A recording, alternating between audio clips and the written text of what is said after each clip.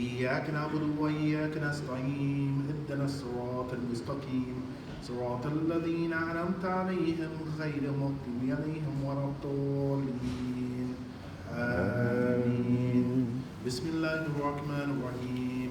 والعصر إن الإنسان لفي خسر إلا الذين آمنوا وعملوا الصالحات وتواصوا بالحق وتواصوا بالصبر.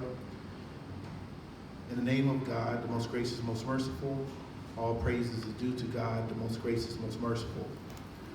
You alone, the sovereign of the day of recompense, the day of judgment, you alone we worship, and you alone we seek aid. Guide us to the straight way, the way of those who have earned your favor, and not the way of those who invoke your anger or have been led astray. By time, verily mankind is in loss, except for those who believe, do righteous good deeds, and call one another to truth, patience, and perseverance. Amen. I would like to bring up Okola Rashid, who is the president and co-founder of the International Museum of Muslim Cultures, to give us our welcome.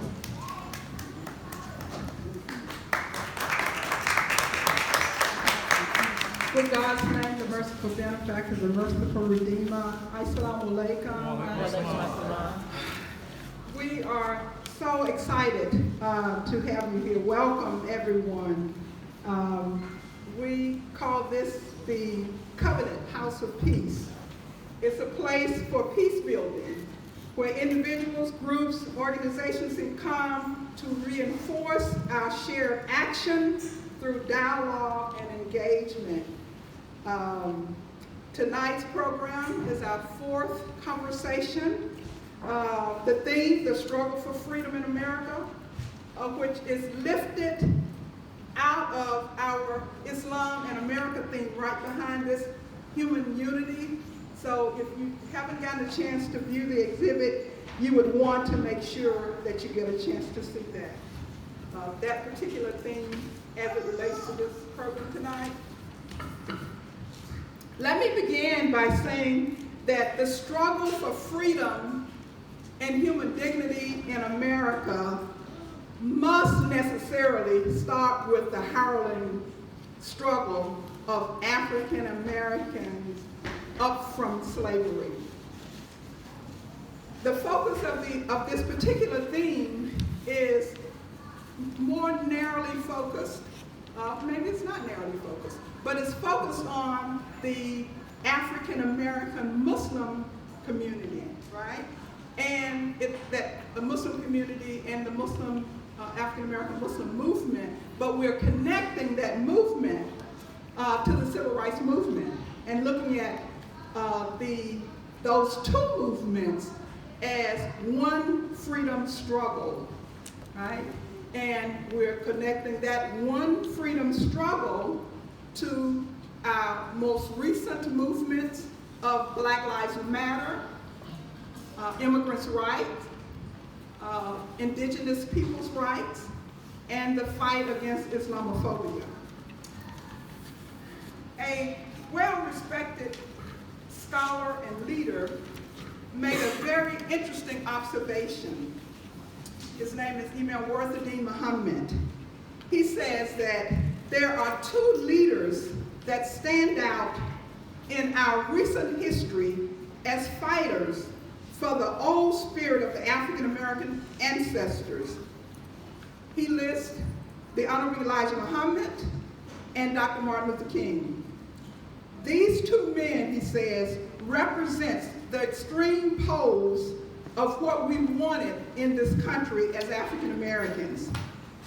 One, the inner dignity, the Honorable Elijah Muhammad, and the other, the outer comfort, or equal rights as citizens, Dr. Martin Luther King. One represented nationalism or separatism, or I say self-determination, and the other civil rights or integration. Both were, though, really on the same case. They had inherited the legacy of that enslaved ancestor that would not give up. Now, I want to add Malcolm, El-Hajj Malik Shabazz, to the Honorable Elijah Muhammad.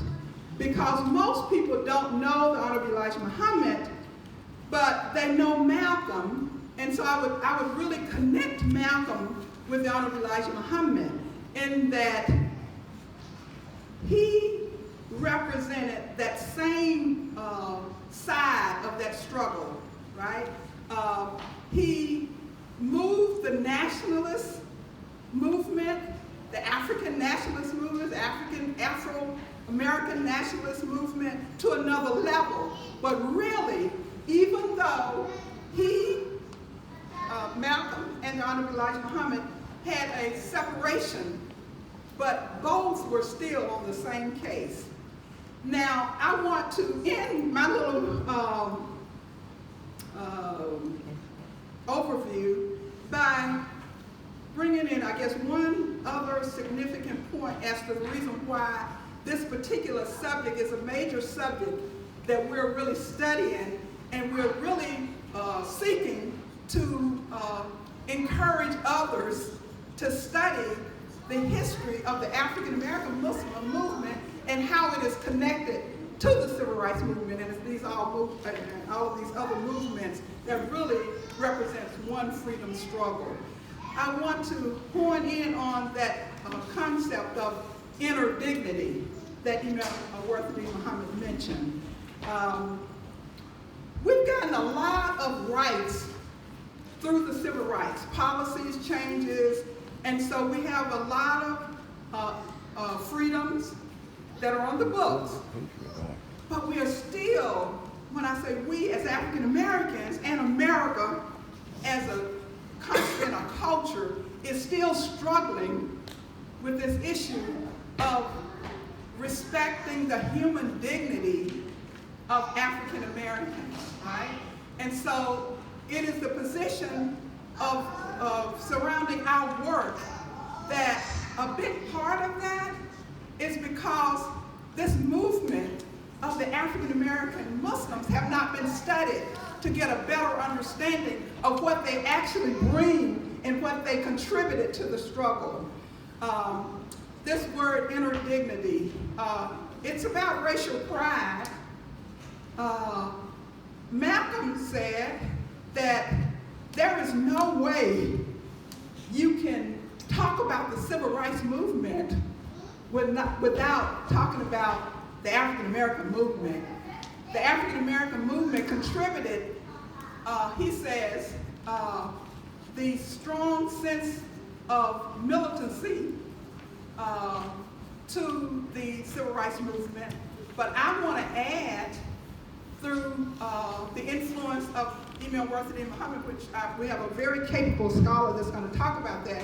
But I just want to add this because it connects it to what we're seeking to provide in our research and in our work. That is, this idea of inner dignity really it's racially connected in terms of racial pride, but it also is connected to a sense of, we hear self-efficacy, right?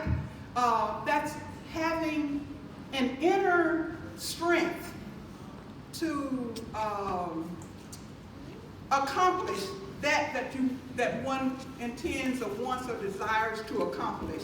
And so we define that word inner dignity as inherent nobility, honor, worth, that born sense of leadership and self-governance. So to cultivate that, and that really represents a big part of what the African American Muslim movement contributes to the overall civil rights movement, is that sense of nurturing that inner dignity. That's why you could have someone like a Malcolm X to take those stands that he's taken, Muhammad Ali and others. So I'm going to just stop here, and again, thank you all for coming, and look forward to this wonderful discussion with our panel.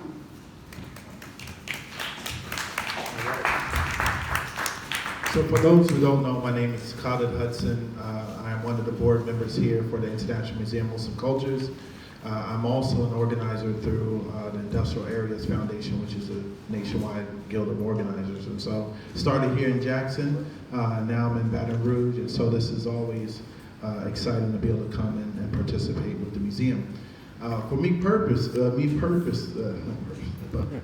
personally, this is a very dear subject. About 19 years ago, I accepted Islam after reading the autobiography of Malcolm X. Had a very huge impact on me.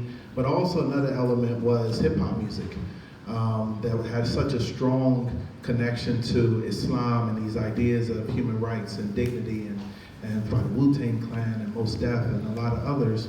And as I studied, you see just kind of a theme of many folks, Muslim and non, looking at Islam as being a religion that really champions or justifies the struggle. And so whether we're talking about getting out of slavery, or whether you're talking about the nation, whether you're talking about other entities, but this is the beginning conversation to really dive into some of that maybe many folks don't really fully know. So I would like to first introduce Imam Plemon El-Amin, and the bios are on the back of your agenda, and so I'm not going to read the whole bio, but I'll just introduce them. And so Imam Plemon El-Amin is the executive director of the World Pilgrims of Atlanta, Georgia since 2002, and you can read more about that organization there, but I want to yield the floor to Imam Plemon to start us off, and then we'll introduce our other panelists.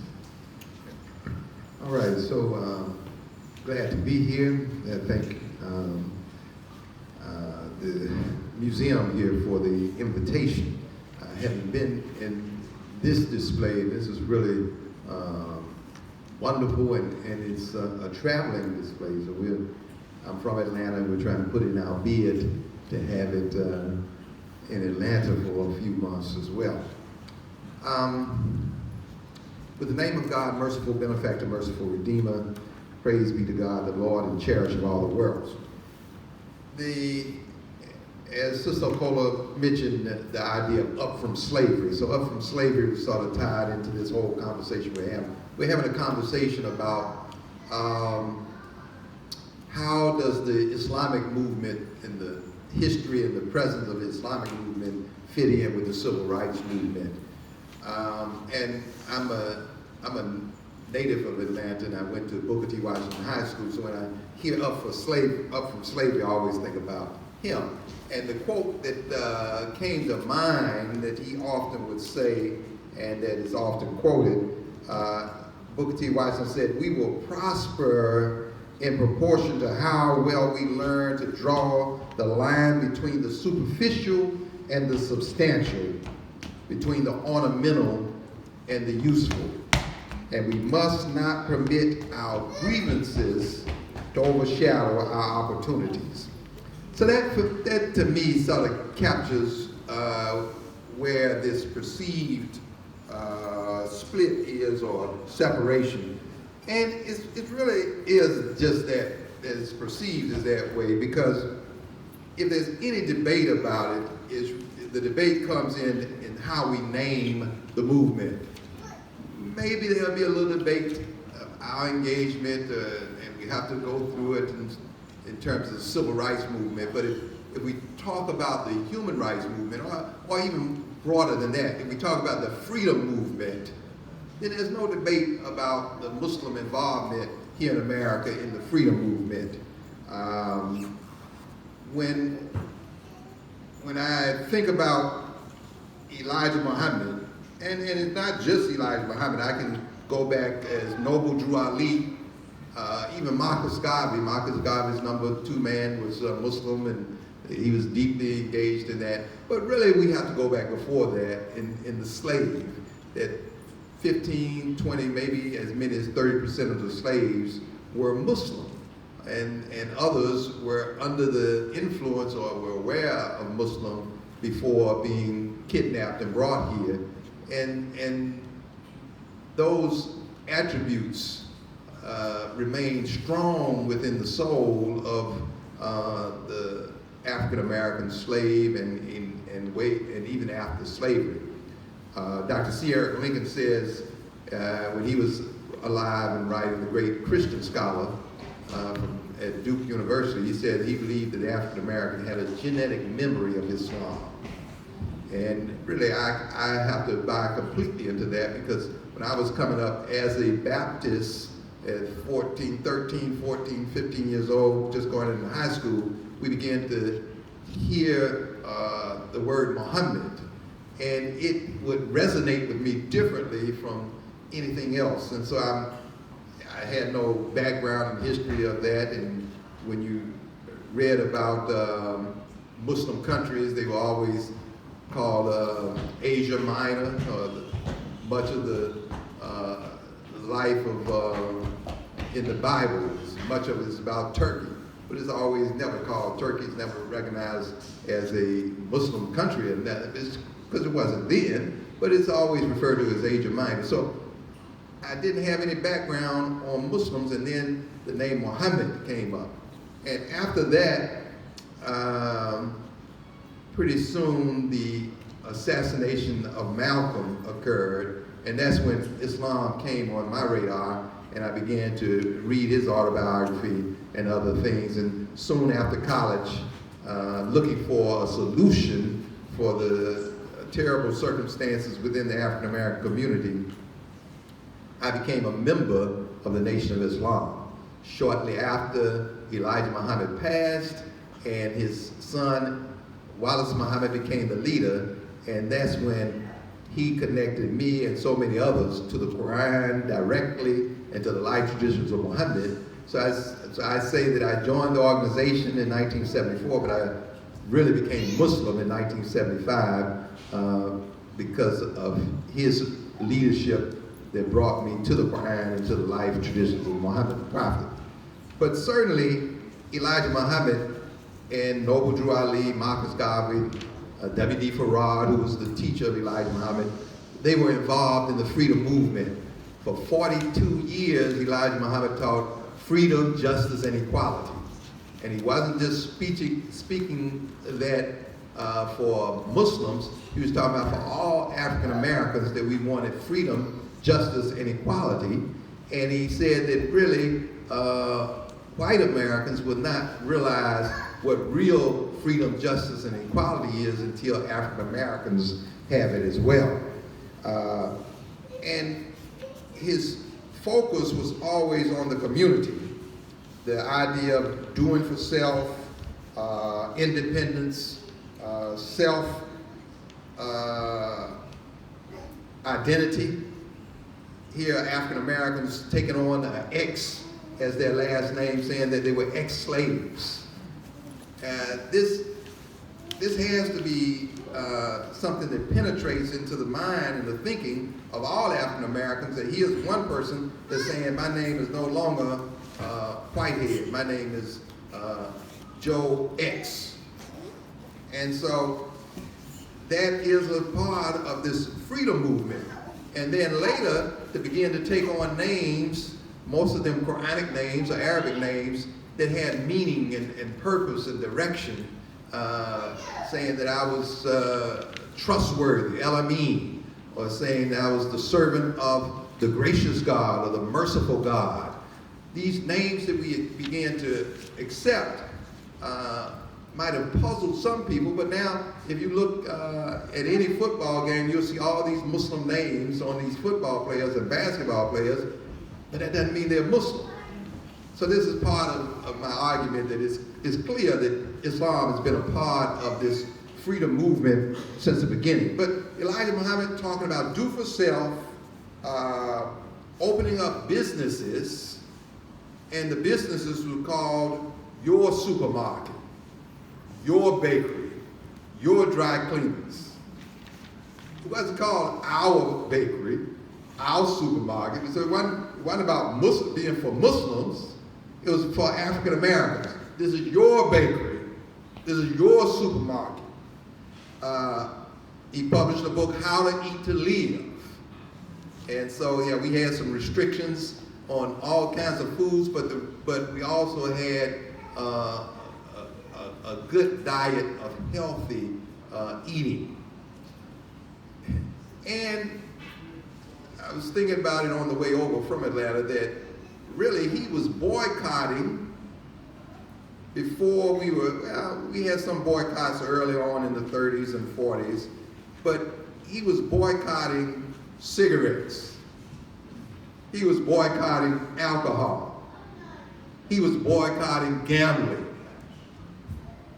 And so, as a community, we were drawing the line on things that we thought not only cause us problems as individuals, but also problems as a community. So we boycotted adultery, theft, and we boycotted the draft. Think about the naming that before Elijah Muhammad, African Americans called themselves Negroes. And people around us use some variation of the N-word to call us, but he brought in, not only did he bring in the terminology of black, when I was coming up early, young child, that was an insult to be called black. Elijah Muhammad and the Nation of Islam turned that into a positive word, a word of dignity and respect, but he added into it that we were Asiatic black men and women. And nobody in the African American community, we had been thinking, we knew a connection with Africa, and some of us were ashamed of the connection with Africa, but now he's adding Asiatic to it. What's that? But he's also promoting Africa. He's also saying that our brothers and sisters who are brown, and our brothers and sisters who are yellow, and our brothers and sisters who are in Africa and in the islands, that we are all one community, and we have to work against not white people, but white supremacy. So his battle was the battle against white supremacy, and we're still sort of fighting that battle even today. So even before Malcolm and Elijah Muhammad split, in 1959, Elijah Muhammad sent Malcolm to Egypt.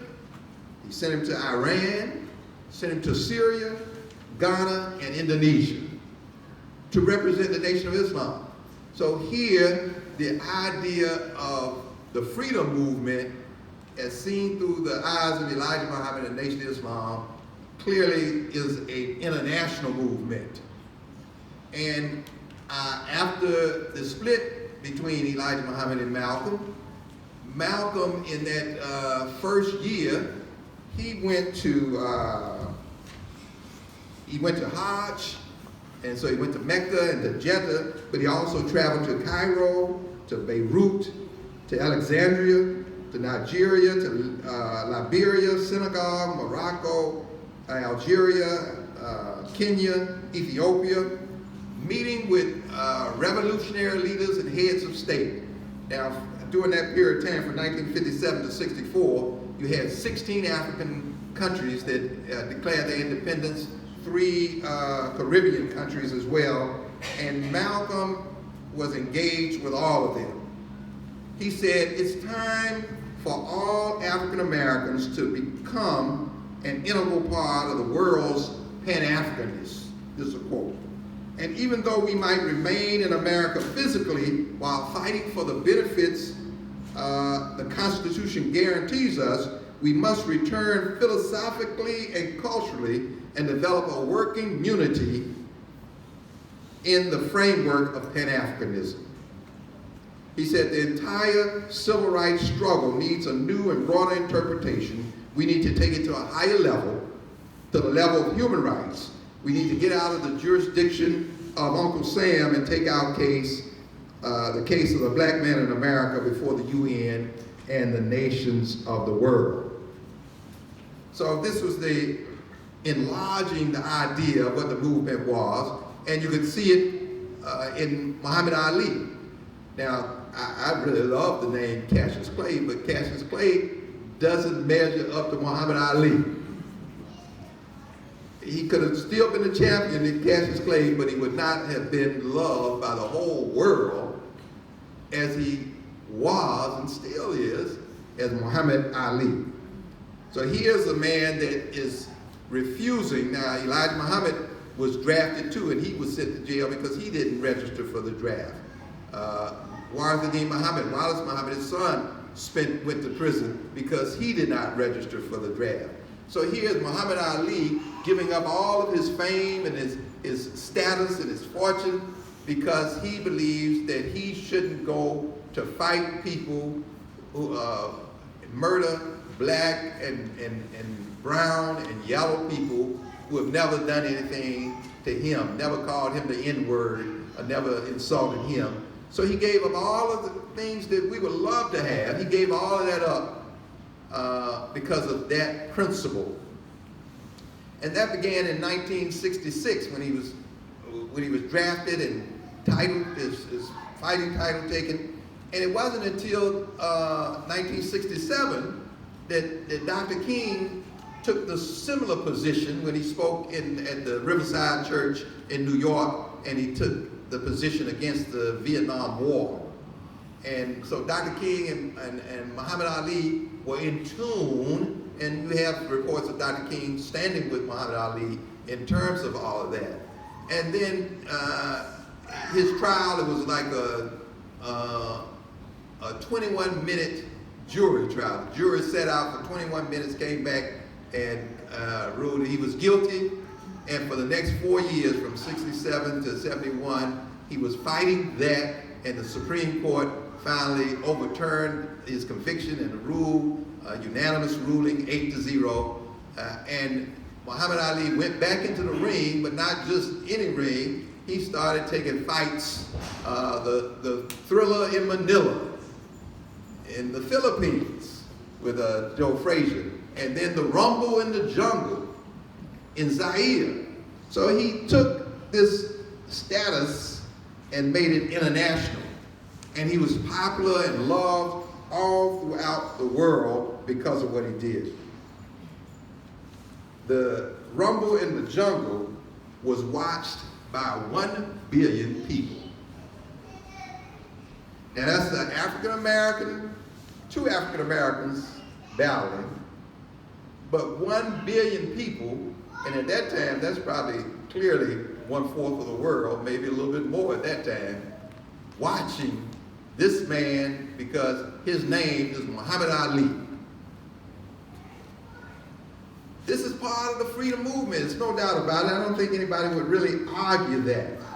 So let me close my comments by going to Imam Warithuddin Muhammad.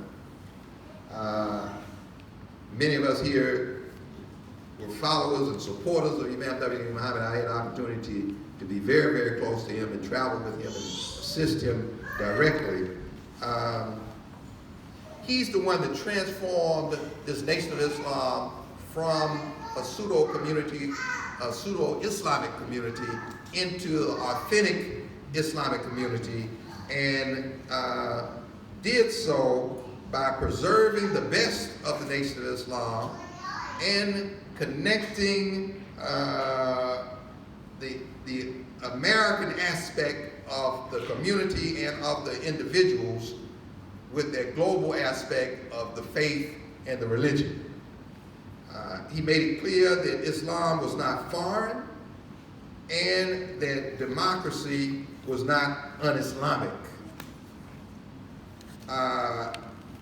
Imam Muhammad led this transformation by preserving the best of his father's legacy while giving Islamic insight and philosophical interpretation to the myths that were a part of the Nation of Islam and those peculiarities that were there.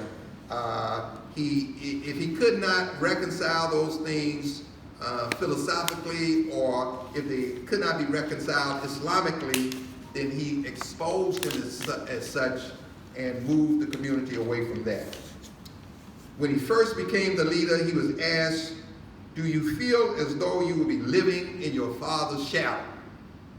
And his response and his legacy went along with that response. He says, "No, I will be living in my father's light, God willing."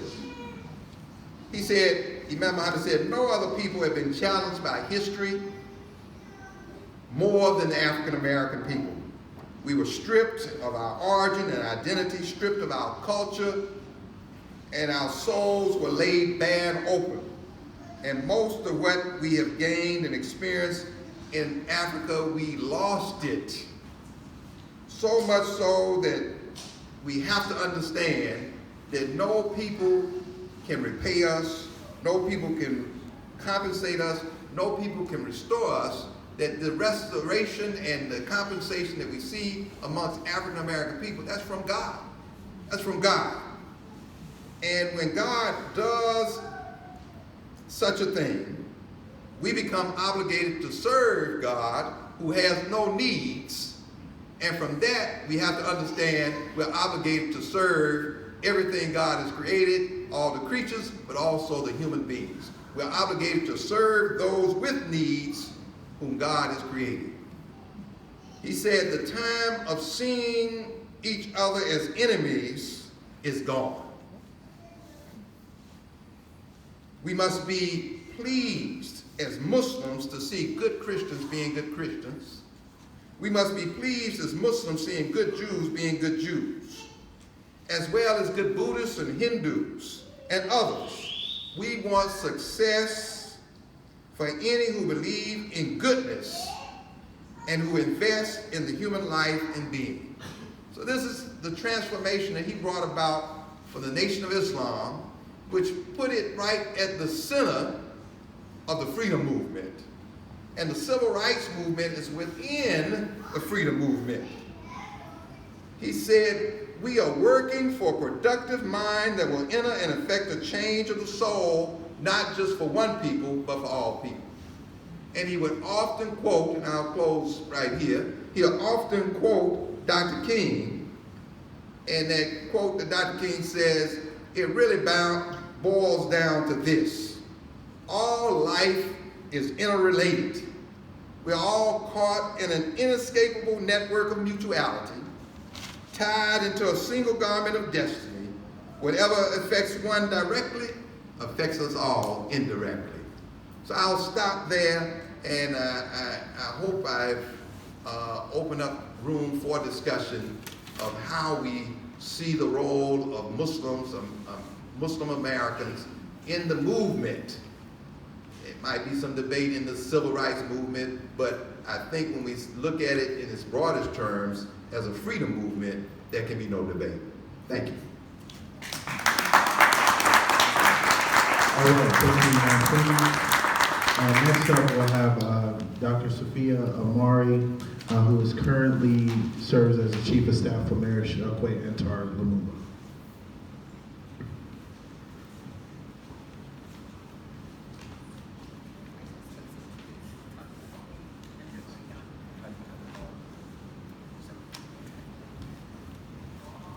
Good evening. Good evening. Assalamu alaikum. Wa alaikum assalam. Free the land. Free the land. My name is Safiya Omari, and let me be very, very clear that I'm speaking in my capacity as Safiya Omari and not as the Chief of Staff for Mayor Chokwe Lumumba, okay? The topic of how I came into the movement, when I saw that question, I've often reflected on how I got to be where I am, actually how I got to be in municipal government, which is the last place I ever would have expected to be. I was born in Los Angeles, California, and but my mother moved me to the South when she and my father divorced, so she could have the support of her Southern family in Shreveport, Louisiana. So I spent junior high and high school in Louisiana with in a very large and loving extended family, a Christian family. Often we were, I have to say that we were shielded from a lot of the oppression that was taking place during that time. I kind of tell myself I'm too young to have really been civil rights,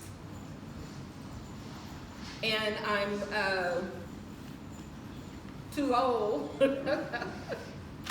to have not been, well, I guess I'm too young for both. I was never really a part of I came into the nationalist movement when it was on its decline. Of course, was sheltered from the civil rights movement that was taking place around me in Shreveport, Louisiana by grandparents who didn't want us involved in, not because they didn't feel the movement was necessary, but because they wanted to protect us and shield us from what was going on in the community. But I've always had a keen sense of what was right and what was wrong. And I was always taught to be thoughtful, but to always speak my mind. And I credit that to a grandfather who was very traditional in a lot of ways, but he was insistent that all of us be who God made us to be, and that there should be no shame in that. He would always tell us, there's nobody that God created to be better than you. And it's up to you to show the world how good you are. And we took that to heart. Long story short, I integrated Captain Shreve High School in Shreveport, Louisiana, which was my first real experience with blatant racism. And even though the school was integrated, there was segregation within the integration, right? So, and that was done through test scores and things like that, the same way they still do to some extent now. So I would often find myself being the only black student, or maybe one or two black students in what they call the college prep classes. And I think a defining moment for me, and that brought on busing. And the kids in my neighborhood decided they wanted to protest being bused because there was a brand new school that had just been built in our neighborhood for us. And they didn't want to be bused to this predominantly white school. So they decided to protest. And I found myself having to make this decision because I was very academically inclined, and my parents and my grandparents took a lot of pride in the fact that I was smart, and so I didn't want to disappoint them, so I always tried to do my best in school. But I also felt like this busing thing was something, this protest was something that I needed to be involved in. My mother at that time was the managing editor of the black newspaper, the Shreveport Sun. And she told me, you go to school. And my neighbor was the school counselor, so she said, I'm gonna make sure that you don't get involved. You're gonna ride to school with Miss Powell. You're not gonna go down there where they're protesting the buses. So I rode to school with Mrs. Powell. But as she went inside the school, I pretended I dropped a book, and I had to go back and look for it so that I could sneak around the front and see what was happening where the buses were supposed to arrive. And there were these black students standing there, very proud, very loud, and very insistent that they be heard. And I stood there with them, and I felt at home. I felt like that was where I was supposed to be. So the demonstration got broken up, and some students got suspended. I got sent to the principal's office because, oh, she just got caught up in that by mistake, right? Because, you know, I had good, oh, she wasn't intending to be out there with the rabble-rousers, right? I told my mom, I said, I did intend to be there, and I was always taught to speak my mind, and I agreed with what was being said. So I know that, you know, I need to graduate high school. I know all of that needs to happen, but I also need to take a position here, and you need to allow me to. And so that was how I became, quote unquote, an activist. I can remember my senior year, an English teacher telling me that we had to do a term paper that was our seminal grade. And we had to choose a topic, and I chose the Harlem Renaissance. And she called me in and she said, look, you can't do that.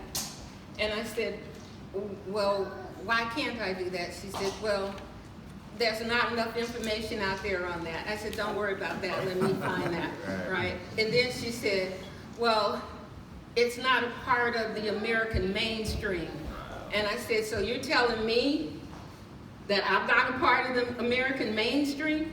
And she said, no, but that literature, I said, that literature comes from my people, which means that if you're saying they're not mainstream, I'm not mainstream. And so she was really flustered. She couldn't respond because she didn't want to seem racist, right? And then she just said, well, I'm the teacher, and that's my decision, right? So, of course, I couldn't leave it there. And I garnered support from the school librarian. I garnered support from my mom.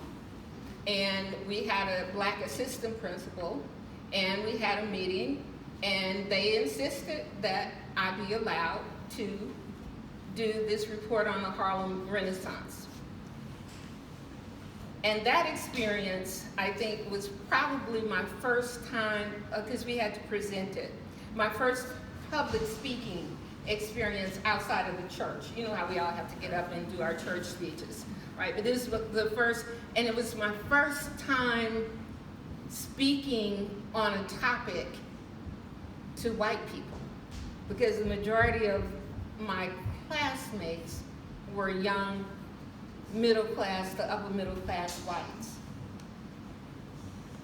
And I felt that it was so important that even though the books they read and the things that we were taught did not include me, I felt that it was very important that they see me, and that they see me through this presentation, and they see me through this literature that I'm introducing them to these authors and poets and musicians that they had no idea existed. I wanted to take them into my world, a world that they thought I should be ashamed of. I should want to do my report on J.R.R. Tolkien's The Hobbit. You know, Albert Camus' The Stranger. I should want to do my report on that stuff. And I told them, you need to know this, because we can't move forward together in this future unless you see me for who I really am and accept the contributions that I bring. So I've been fighting ever since, right? Moved back to Los Angeles because the South was too slow. And that's when I took a class.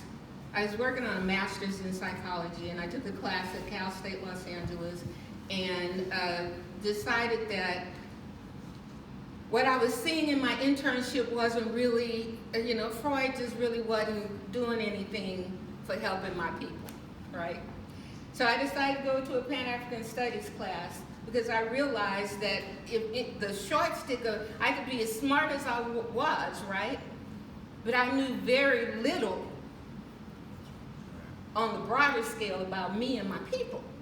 So I said, if I'm gonna figure out a way to really help, I gotta know, right? That thing, know yourself, know thyself. So I took this Pan-African Studies class, and I ran into some guys who were doing community work, and I was like, well, maybe I need to do some community work as well.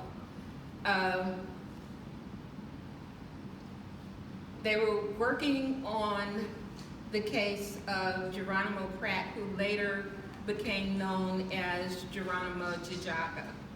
And for those of you who don't know, he was a member of the Black Panther Party who was framed for the murder of a Santa Monica school teacher while he headed up the Los Angeles chapter of the Black Panther Party.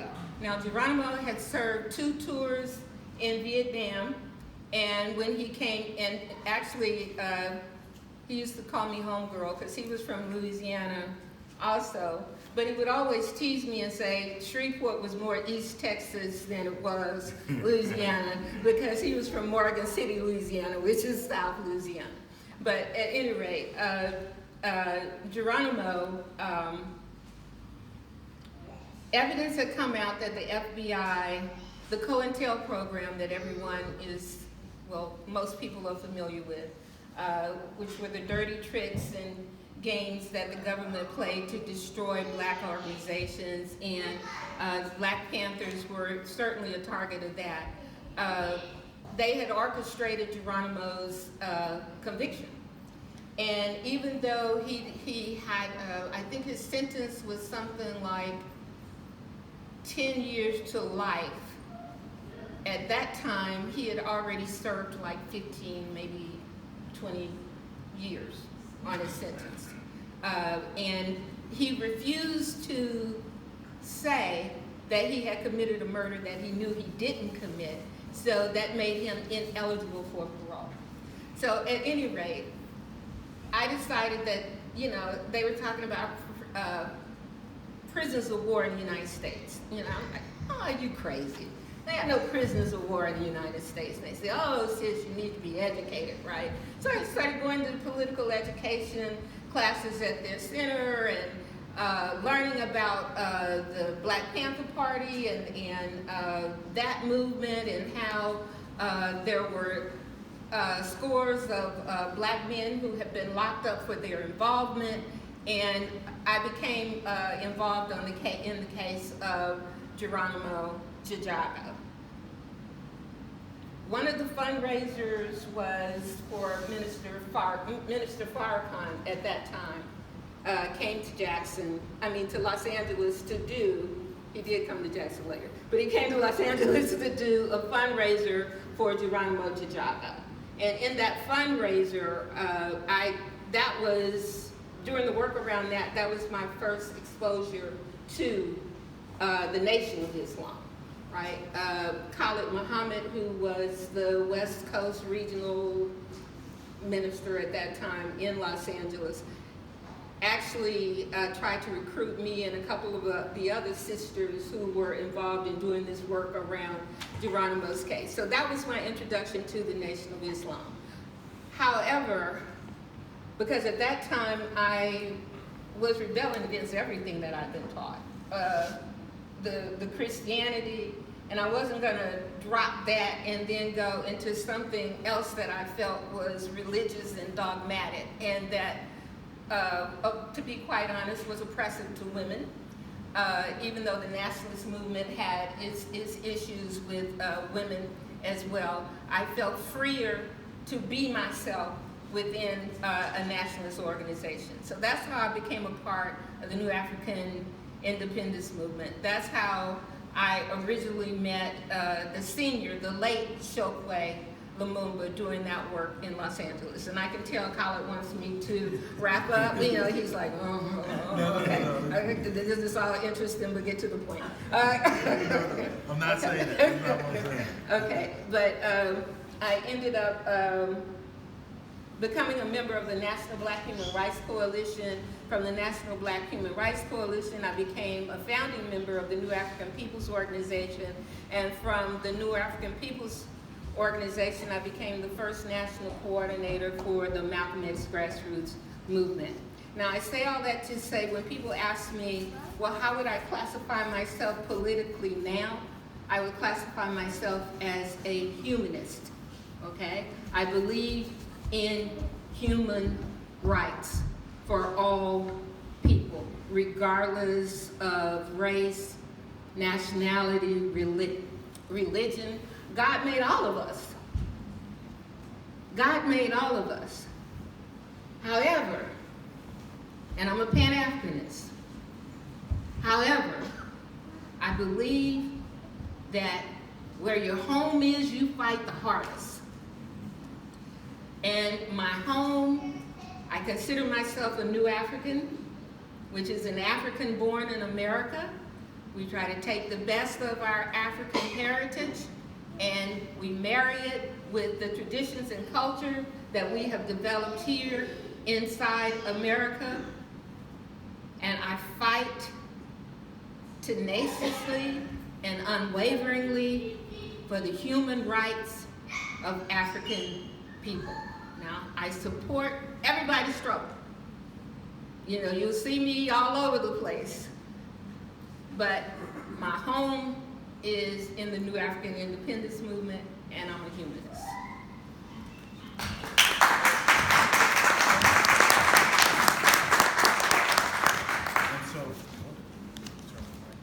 All right, and now I'll introduce Celie McInnis, who is an English instructor at Jackson State, and you can find more about his bio. He's also an author and a poet, and you can read about his books and books of poetry and volumes and so on and so forth. All right. Assalamu alaikum. So, my father was a peer, a colleague of Dr. Omari. So, I'm born in 1969.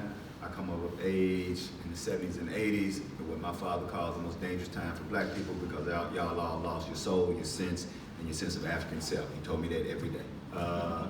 And so my experience was different because I was raised by people who identified as Christians, but also by people who identified as black nationalists. And because of that, everybody was in my father's house. Nation of Islam, Orthodox Muslims, Jews, ACLU. And so I learned early that a true struggle for justice and peace was gonna be for all those people working for justice and peace. The problem was that because I had come after all of this and had been somewhat, sheltered and had a lot of things, I was not in any way interested in being a social political writer. I wanted to be a writer. I read a lot of transcendentalism. I fell in love with Thoreau and Emerson. Of course, I love the Black Arts Movement. I love Baraka, Nicky Giovanni, and Sonia Sanchez, Etheridge Knight from here, Mark Walker Alexander, Richard Wright. I read all of that, but I wanted to be a tree poet. I wanted to write poems about trees and all of that. And interesting, what all the work that my parents did, they never forced me. They never said, you have to be a political writer. What they did say was, your work has to serve the good of someone, right? So, what I did not know was that at Jackson State, being a student at Jackson State and then moving into the Jackson metro area, my father understood that I was gonna meet all of his peers. I was gonna meet all of his colleagues, right? And when they realized that I was writing poetry and writing short stories and trying to publish poems and short stories in these very elite aesthetic journals where it was about the literary devices, right? It wasn't about the subject matter. And one of the first, I met a man named Hollis Muhammad. He came out of SNCC. After SNCC, he founded Southern Echo. And so I would go over there because I had a friend, Derek Johnson. Derek Johnson is now the head of the National NAACP. He used to be the head of the state NAACP, but he got his start working at Southern Echo under House, right? Now, Derek was working at Southern Echo doing great work around the state, around oppression and white supremacy. I was going to Southern Echo every day because they had the best prime rib lunches in town. I was not going there to do any work. I was writing and teaching at Jackson State. I would go over there and I would eat and I'd go back to my computer, right? Unbeknownst to me, that Hollis knew my father. So I would go in and say, hey, Hollis Watkins, it's a pleasure to meet you. I'm C.D. McInnis. He'd be like, I know who you are, right? And so Hollis realized that the food was drawing me to Southern Echo. And so Hollis would get me to travel around the state with them by saying, Brother Seeley, why don't you just come, you don't teach class on Tuesdays and Thursdays, come go with us to Montgomery County, come go with us to Holmes County. I'm like, Hollis, I got to write, I'm not really trying to do that kind of work. He said, we're going to have prime ribs. I said, what time y'all leaving? So I was in, I think, Greenwood, and the prime rib was wonderful, right? And I'm sitting back, and when they go to, y'all go ahead, I'm gonna hang out with the dessert, and y'all come back. And Hollis said, hey, look, we have these young people, we had an issue in the Delta of schools not having certified teachers. And the students can't pass the classes because they're being taught by uncertified teachers. They want to do some writing. These young people want to write about it, but they don't know how to express themselves. They like to write a play, and would you go back there? Now remember, I don't work for Southern Echo. I'm just there for the lunch. Would you go back there and help them? And to this day, I only work with college students and advanced high school students. That's all I've ever worked. I said, well, I don't really do that kind of work. I'm an artist. That's what I'm really trying to do. And he said, well, we're gonna have pecan pie. Then where the children at? Where the children at? And that is, as honest as I can tell you, how I got into grassroots work. It was being pimped by food. But I say that to say that how I really got into it, I didn't know it. My mother and father were pouring into me the wisdom of the movement. And they were trusting that the wisdom of the movement would flower when they put me in the places of other people. And so for time, I'll stop there. So I'm a writer. I write poems, I write short stories. I've done a lot of organizing with Southern Echo. But what I do mostly is through poetry and through short stories. I comment on what's happening. I try to develop workshops that help other young people get voice, particularly helping young people develop plays around not having certified teachers. And so that's kind of how I got into doing movement work. All right, thank you. So what I'm going to do now is just ask a few questions, and what we'll ask in order. I'm not going to take up all the time with my questions, but I want to reserve most of the time for questions out in the audience. You kind of got a flavor of where our panelists are coming from, and so I believe you guys are the best question askers. But I do, just kind of something that I picked up in all three is the role of God, the role of institutions, particularly religious institutions, in the freedom movement, and also and beyond. It kind of feels like sometimes institutions are not as organized as they once were.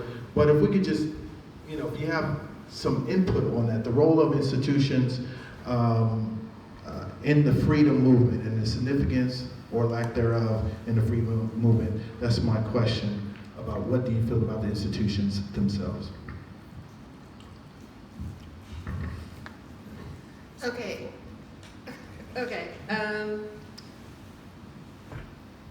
I mentioned earlier the Center for Black Survival, right?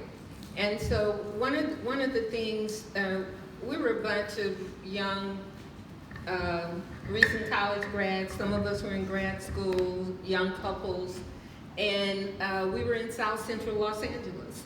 And so what we thought about, what are the things that our community lacks the most? And those are the institutions that serve us that are controlled by us. Because there are a lot of institutions in our community, but very few of them are controlled by us. So the institutions are extremely important. So we felt as young folk, we were going to save the world, we're going to have a revolution before we were 40, and we had all that energy pouring into that. So we felt like we needed to establish institutions, right? So we had a Saturday school, Uhuru Sasa. Our children were not being taught who they were in public school. They were not being instilled with this sense of self-worth, this sense of value. And we felt it was important to do that, and the only way to do that was to start an institution where that was one of we did reading, writing, arithmetic, and knowing yourself, and loving yourself. We did those things with kids. How we eat, right? We knew that the foods that we were eating were killing ourselves, along with all of the other stuff that gets located in Black communities. Environmental racism is what they called it back then. South Central LA had a lot of plants that were discharging a lot of stuff in the air, and people were eating healthy, so we felt like, let's establish a food co-op so that people can eat healthy and try to combat some of this negative stuff in their environment. Martial arts, you have to have self-defense. Of course, we were teaching people to defend themselves against the police, because at that time, LAPD was the biggest gang in the city, even though, you know, they were supposed to enforce law and order. So institutions are extremely important, and we have to be about institution buildings. And that's one of the things that's so important about the setting that we're in now, because this is, when you build institutions, this is how who you are manifests itself, right? And so everybody gets to see who you are, and they get to have a better understanding of who you are. We don't value institutions enough in our community. And I don't know who mentioned self-determination earlier. Okay, it was Sister Cole. Self-determination, one of the ways that you manifest self-determination is by building institutions that reflect who you are and what your values are. And that's one of the reasons I accepted the request to do city work, right? Because the city of Jackson from my perspective, needs people who are there to serve and who are there to make sure that the institutions that exist within this city serve the people of this city. Just like so much of Africa has been robbed of its resources for the enrichment of other folk, Jackson has been robbed like that as well. And so we see that when we look at infrastructure. I don't want to even go into all of that. But that's the importance of institution building, because when you build them, you can control them and they reflect who you are. And so self-determination is extremely key to all of us moving forward in this world as one human family. Thank you. And Imam Plemon, kind of along those same lines a little bit, but one of the things that I know in just my own studies is that about the nation is the nation had their economic plan was very significant, whether it's the bean pies, whether it's the newspaper, whether it was the fish market. In fact, I had seen one report that they almost had a monopoly over fish. Can you speak of the importance of those institutions, particularly this religious institution, but also getting involved and engaged around the economic survival of a community? Yeah, well, of course, the economics is always important, but it is interesting when you do a deep dive into the Nation of Islam.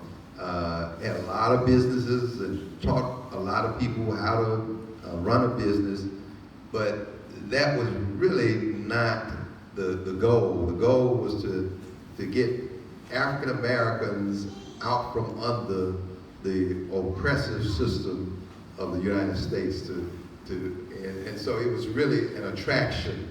The businesses that we operated were really more of an attraction than anything else. But what happened when Elijah Muhammad passed and Imam W.D. Muhammad became the leader, he gave those businesses to the individuals who were running them. And so it did establish independent business folk. But of course, institutions definitely matter. We've been operating a high school and elementary school at the mosque in Atlanta. This will be our 29th graduating class of high school students. And in that class, we have one student who not only did their parents graduate from the school, but their grandparents graduated from the school. The grandparents went to a Muhammad school. So they didn't graduate from WD Muhammad, but they went to a Muhammad school. So, and when I count those 29 graduating classes, it's about close to 500 students. We have, at last count, we have 30 marriages out of those graduates marrying each other. So institutions count. Ibu Patel, who's Ismaili Muslim, he does work on college campuses. He says he has 4 things that he pushes. And he says, influences matter, mentors make a difference, programs count, and institutions leave their mark. And that's for students. That if you get them in a program, get them tied into an institution, and it will leave the mark. Now he was making that point to distinguish the difference between young people who have been made into extremists and terrorists versus himself and other young people who have become involved in the work of pluralists and interfaith and those kinds of things. The difference is that who were their mentors, what influences were they under, what programs did they get involved in, and what institutions did they relate to. And that's how you can distinguish how somebody can be an extremist versus somebody who can be well-rounded and established, working for good. Someone who can be destructive versus someone who is working for productivity. So I think, yeah, institutions do matter. One other thing I would say, religion actually is supposed to outgrow the institution part of it.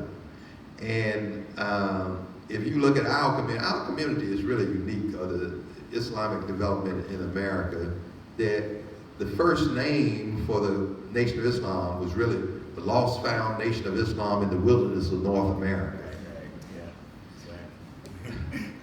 When Imam Muhammad became the leader, he went into the Quran, and you don't have this idea of nation in Quran. The idea is a community, ummah, the community. So he renamed the Nation of Islam the World Community of Islam in the West, and to make the connection with the bigger Islamic world. What he found is that we began, as you said, we began to think about overseas more so than right here. And so he renamed the World Community of Islam in the West to the name American Muslim Mission. That's when the split came, where it was just Minister Farrakhan and others, they couldn't handle being in an institution or an organization named American Muslim Mission. And really during that time, we're talking about 1978, many Muslims throughout the world couldn't conceive of American Muslim anything. Right. Those were dichotomies. Those you couldn't put those together. When we would travel overseas, they couldn't believe that we were Muslims from America. They said, well, where were your parents from? They had to be from somewhere else. We couldn't be from America. But it served the purpose of making us know that you have to be at home somewhere before you can be home everywhere. But then for us, the changing of names is something that has great importance. Then he changed the name to the Muslim American Society, and then finally said, look, we're not an organization. we're religious people. We're Muslim Americans, we're religious people, and so don't see yourself as being an organization. See yourselves as being a part of the work of God, and to include everybody who wants to do good as part of your community. And so we just go as a community and not identify that way, but we do invest in institutions because we do know the institutions leave their mark and they outlast us. We live our life for our few years, but hopefully the institution that we establish will continue to live long after we're gone. And so I'm going to ask one more question, and we're going to open up for the audience. But one of the things to think about is the role of, obviously during the different stages of the freedom movement, you have very prominent national leaders, national voices. But it seems like today there isn't that strong, prominent national leadership, which goes along with the kind of decline in institutions. But my question is do you think that we'll ever go back to a time where there's national leaders, or should we be developing regional leaders, or how do we see the leadership in our community? And we'll start with Brother McInnis. That's I'll answer that in 2 minutes. I think one of the things we have to understand that, not that national leadership is a misnomer. I think that what we have to understand is that those people that you saw as the faces of those organizations were created through a grassroots movement up. And I think that's what we got wrong. I think that in the West, right, what the West does is the West pushes and promotes rugged individualism, right? One of the best examples of the way the West pushes that, if you read Frederick Douglass's first autobiography, The Narrative of Life, in the beginning of the narrative, he is firmly entrenched in a community. And if you begin looking at the narrative of his life as he becomes a, quote, spokesperson, what then begins to happen is that the machine begins to identify him as exceptional and pulls him from the community. Well, the problem with that is, as Dr. Omari said, that, and then so what COINTELPRO would then take and do later is that we identify, we separate, we destroy. And so I think what we really have to do is whether we're talking about Brother Shabazz, whether Brother Malcolm, whether we're talking about King, whether we're talking about Douglass, whether we're talking about Du Bois, whether we're talking about Washington, what we really are talking about, in Faneuil Hamer and Ella Baker, we're really talking about people who were so skilled in their organization that they were able to become a symbol because that they could represent it, but they never saw themselves as separate and apart from that organization. So I think the real discussion is, how do we create organizations that do two things? That identify problems, identify solutions. And the way that you identify whether or not you have a solution is, do you have a measuring stick to determine whether or not your solution works? Because if you don't have a measuring apparatus to see whether your solution works, then you might not actually have a solution. And then the third part of that is to then do what all these organizations did, that despite their surface differences, able to work together. Because in Jackson, we have a building that many people don't know is one of the most profound buildings in the entire freedom movement, the COFO building. And the COFO building exists, and COFO exists because SCLC, SNCC, NAACP, I'm missing one. Who's that fourth group? Southern Christian and CORE, so it's 5, got together and said, look, we're all doing the same work. Let's combine and do this work, and that is what gave birth to Freedom Summit. So the real issue is not necessarily do we have individual leaders. The real thing is, do we have organizations doing what they're saying they're doing? And if that organization is doing what it's saying it's doing, it has no problem working with another organization. The only time, and I promise you, and I'll shut up with this, if you want to know whether or not an organization is doing what it is supposed to be doing, it is an organization that is secure to work with another organization that's doing what it's supposed to be doing. But if that organization is not able to work with another organization, it's because the members of that organization are not secure enough to work with another organization because they know they're not doing anything. So what I would say, and thank you for those comments, but you were definitely listening to Snake and the organizers. I heard all of that through there, and so that's really good. I got them when I was eating dinners. There you go. And it makes me think of, in my field, we talk about power is that it's organized people and organized money, and one of the things that kind of separate organizations or institutions working together is that we're all scrambling after the same bucket of money.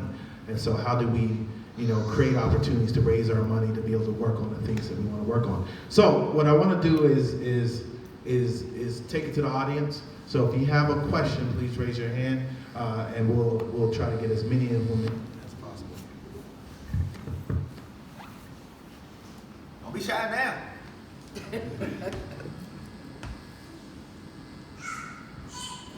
While they're There you getting go, their, yeah, There we go. Okay, so this is a question I try to ask every time I get groups of people who do any sort of activism or organizing together. And I've gotten the response not to really stress yourself out worrying about people who don't want to help themselves.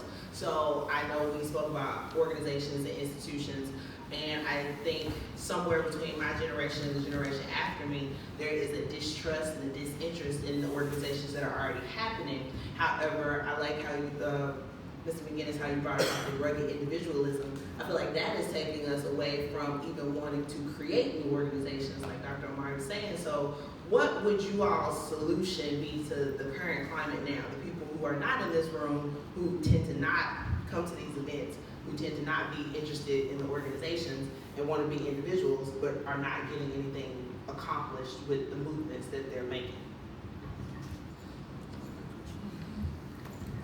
Sounds like a psychological question.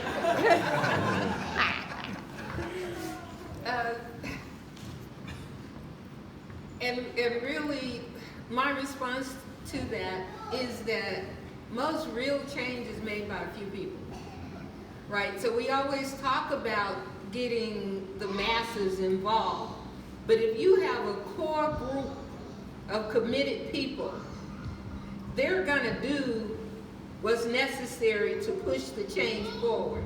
Now, what happens is, once people see that movement going forward, then they come out and they'll join in.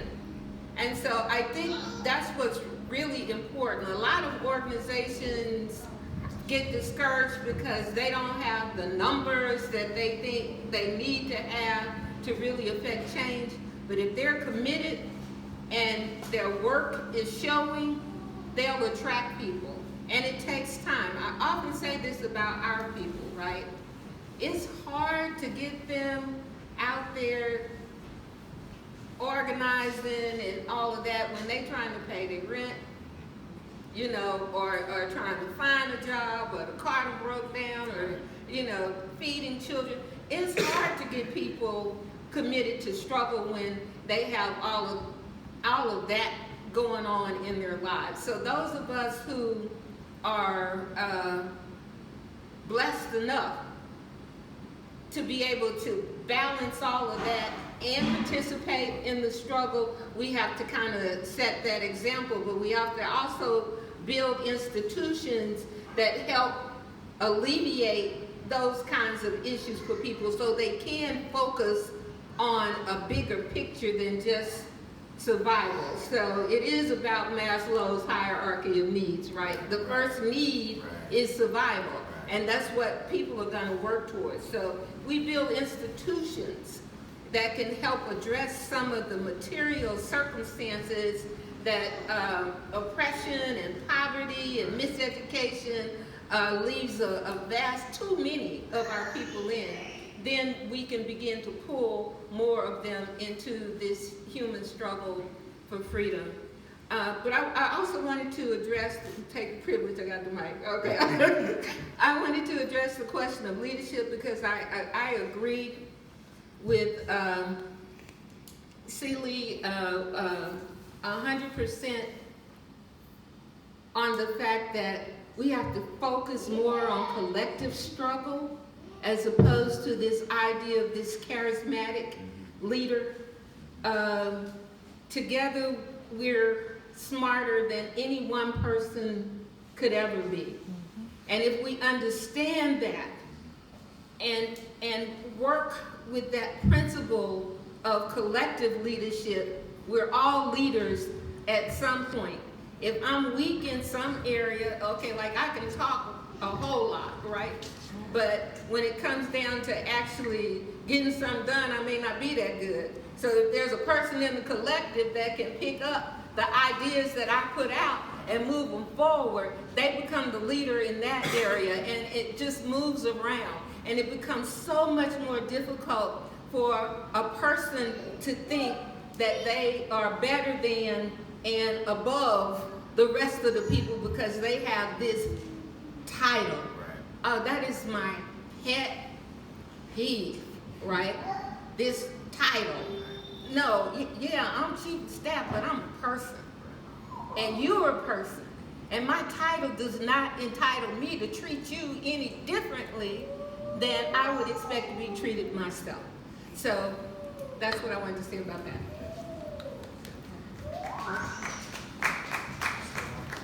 Yes, it's on. Assalamu alaikum. Wa alaikum I wanted assalam.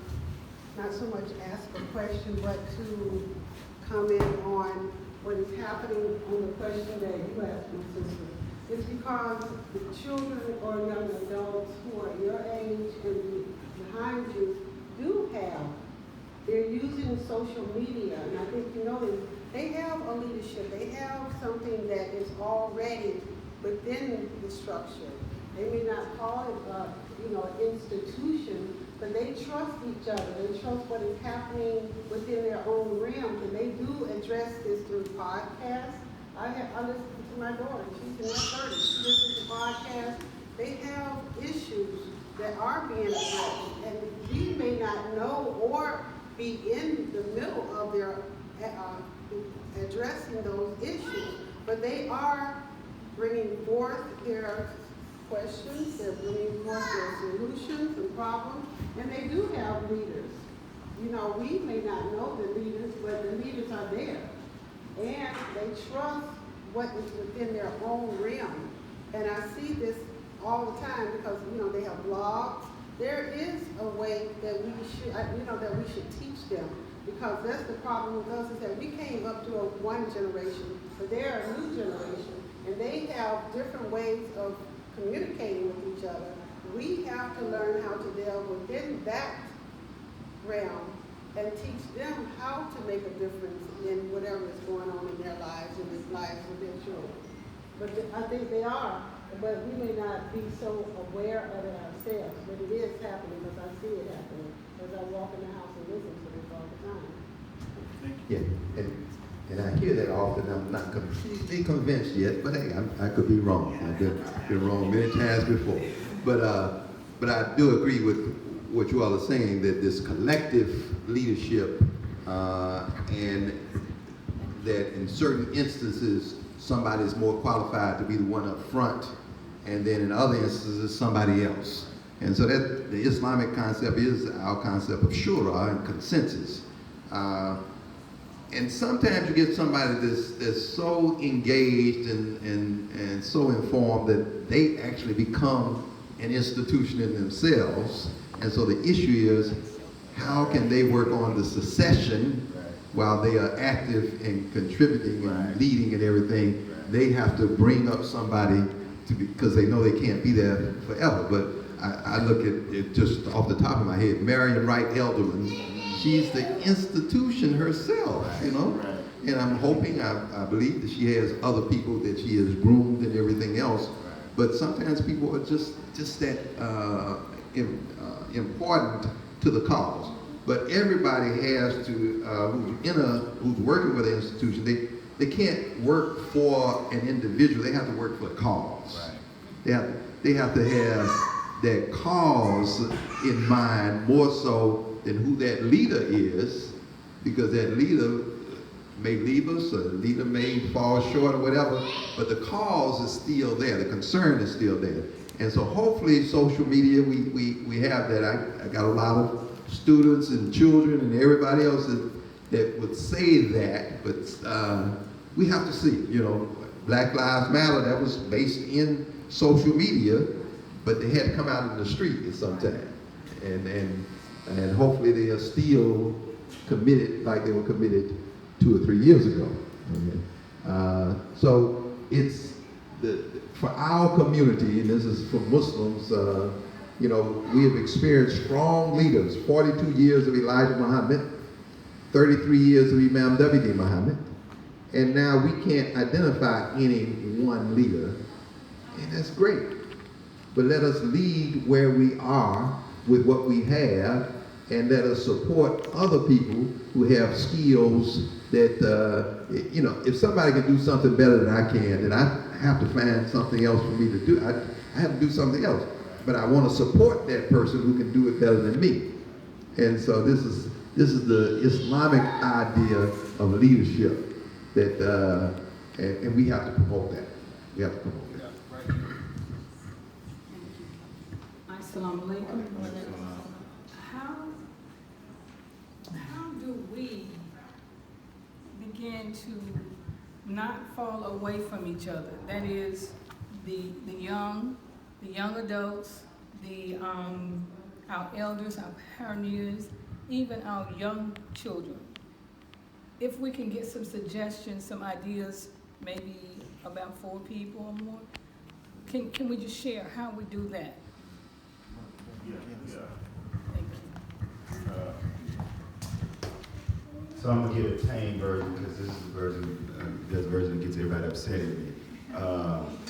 I was one day I was you know I teach college students and advanced high school students. I was just screaming about how do they not know something that didn't happen more than 5 years ago, right? I was just going off. I was just like, it's like at a certain age, a certain group of generation that if it was 5 years ago, it didn't happen. I was just going off. And so there's a person that Dr. Moore knows. She teaches math at Tougaloo. Patricia Allen. She just started laughing at me. And she said, "Silly, you know the answer. You just act like you don't know the answer because you want to be old." I said, "No, I don't understand." She said, and she asked me a very simple question. She said, "When you were growing up, how many televisions was in your house?" I said, "It was 1." She said, "How many radios was in your house?" I said, 1. She said, "Oh, don't you realize you didn't watch TV until your mom and grandma and daddy watched TV? You didn't listen to the radio until your mom and dad and grandma listened to the radio." That created a one unified culture. But not only did it create a one unified culture, what it created was a dissemination of history and culture. So my age, I think Flip Wilson is of my culture, but he's not. He's actually before me. But he's part of my culture because my family willingly shared Flip Wilson with me because they were engaged in. Does everybody see the point that I'm making? Right. So that what has happened, one of the major negative things that technology has done, it has allowed our children to be separate from us. 4 TVs in the house, 4 radios in the house, people in the room, 4 people in the room, and they texting each other. So what now happens is the music and the comedy and the movies that the babies have is something completely not only different, but separate than what their parents have and separate from what their grandparents have. Now, how we resolve it, I'm not sure, but we don't resolve it until we at least acknowledge it. That the separation is if we broke down the dissemination of our values because we broke down the dissemination of the culture that contains our values. And until we can find a way, now, and I don't want to be long, but here's the one thing that we need to all understand, and this is in the theme of the building. Islam, Christianity, Judaism, Yoruba, every religion you can name, all art, all of it came from ritual before the European Renaissance. That means that dancing, drawing, comedy, literature, all art was directly related to ritual, to teaching. And what I mean is, before the European Renaissance, if you were dancing, and somebody walked up to you and said, "Why are you dancing?" You said, "No reason, I just feel like dancing." You would be insane, they would stone you, because that fool dancing just to be dancing. So until we understand that art, as W.B. Du Bois said, that all art is propaganda, whether you want it to be or not, all art either pushes you to something or pushes you from something, and we understand that that's how we disseminate our values and find a way that we are disseminating the values holistically then it will continue to be fragmented and it will continue to have a separation from generation to generation, making it difficult to form those coalitions that we're saying. So one thing I would like to add to that is the word relationships. You know, I think that's one of the things is really teaching people how to have and build and develop relationships on all levels of society. And so the ability to bring us together. There's one more question or comment. If we look at what is happening, now I want you first of all look at this T-shirt that he has on. Show, let us see power to the people. Okay, he didn't get that. That came from something in his consciousness. But what did it come from? And who's telling him to buy this? They have a group. They said, we buy black. And you know, we weren't so conscientious. We buy from China, we buy from Japan, all we wanted was stuff in our house. We didn't care where it came from. But now, because of what they have, this undercurrent, they have leadership, they have causes. But what they do is they put it underground, because what happened when we came out with our causes? Somebody got killed, somebody's dead. You know, we were targets. They don't want to be targets, but they want to make a difference in this world. I don't think that they are, you know, sitting around twiddling their thumbs or thinking that life is just going to pass them by. They are making a difference in their lives. They, you know, when some statement comes out, I'll send it out. They said, Mom, please, you didn't check it on Scope or whatever it's Scope. It's like, that's not true. So they're deeper thinkers than what we think they are, or what we acknowledge. And we have to acknowledge that they do have a culture, they do have leadership, they do have causes that they are constantly bringing forth into their own circle. They're just we're not privy to it. But that's another thing is that that's why we have to close that segment in their lives, is that, you know, you can come to your parents because we don't know everything, and we have to let them know that we don't know everything. But we still have wisdom to teach them, and they have some wisdom to teach us also. So,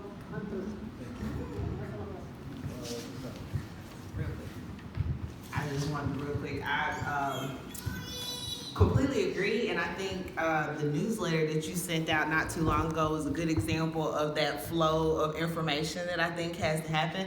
I think a lot of younger people, we were exposed to our parents' generation and we accepted it and we loved it and we enjoyed it. But I've heard on more than one occasion with my father, rest his soul, being a blues singer, I don't listen to that rap, that blah, blah, blah, blah, blah, blah, you know, and then you just kind of completely disregard and diminish the culture that younger people have developed. And so I loved, you know, reading your newsletter, and you were kind of like, yeah, I don't know nothing about that, I don't deal with that. And some people, I'm guessing, came at you and was like, oh no, remember this, remember that, and you kind of watched that evolution. Oh yeah, this does make a difference, you know, and that was awesome. But I would say, kind of, I know a little bit about what Khalid's talking about the power, and I'm completely with, like, I have a YouTube channel and I'm down with what your daughter is doing, but I think individually, I got the pleasure of being taught by you at some point, but then life happened and I let, you know, life get in the way. And individually, we're not going to be able to do what these organizations were doing because we just don't have the power. We definitely have the leadership abilities and we have the skill and we have the information, but we have to have the numbers and come together collectively. So I think that's my trying to figure that, how to do that. So yeah.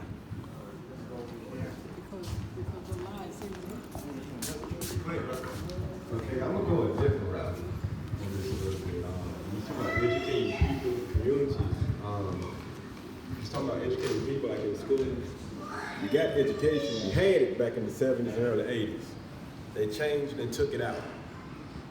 Educating communities, we had a lot of service that was back then, but now, they're not. You can go into any other community, other people try to keep you out versus you coming in, trying to integrate. We can't go to Madison, we can't go out in the regional. Oh, you from Jackson Hines County? Oh, you staying over there. But the thing that we should be able to do is have some type of forum that can relate to the people, community, and to the next community. Because if it's going to be talking about everybody, then everybody's got to be on board. Not just saying, oh, but it's on that side of town, I'm going to keep it over there.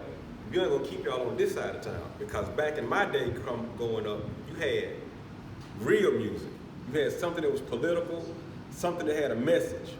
The message you seeing now is about makeup, short skirts, being a thought. You're not seeing nothing that's being programmed in somebody's head that got some type of substance. It's something you want to wear, something little quick, little mumble, little mess. Nothing about community, nothing about education and going forward. It's just right now, this is where we at. Have fun, enjoy.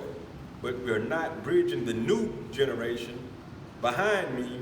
They can tell you every word in the song that's out now by Young Jock, Young Dro, Slim Thug, whoever. But they can't tell you, read this book page. Tell me how to balance this. Can you comprehend that? They won't tell you that, but they'll tell you everything else. Now, if we're talking about government-wise and going, nobody wants to be a martyr as far as have that target on their back. Because once you identify the head and that head is removed, what happens? The body gonna follow. But we need to have some more people coming up now that's not afraid to say nothing. They saying they're doing something, but they do just enough. Because right now what's going, we can't have nobody half-stepping. If we're talking about bridging the gap between everybody and unifying everybody, and everybody in that part of each community got to say something. The Jews got to say something. Islam has to say something. Christianity has to say something. Everybody else that came into this melting pot, they have to have the right to speak, interact with everybody, and do something. Not just when it's convenient, not when it's always just gonna look good. Because right now, this is looking bad. Out here, I'm gonna say it in Jackson, it's looking bad. And it's not getting any better, it's getting worse. Now when you try to go on the other side of town to other schools, they're not letting you. All the programs that's funded, it's going backwards. But we need something to go forward, because every little movement, you take 2 steps up and what happens? 20 steps back. You take 1 step forward, 30 steps back. Then it's some type of political thing. Oh, this came out about this person. When are we gonna reach and like interact and relate to everybody? When are we gonna have everybody from every board talking and really saying something together? Not just trying to get like a political picture, but going everything. When is that gonna happen? I would say, now, so everybody can have a chance to think.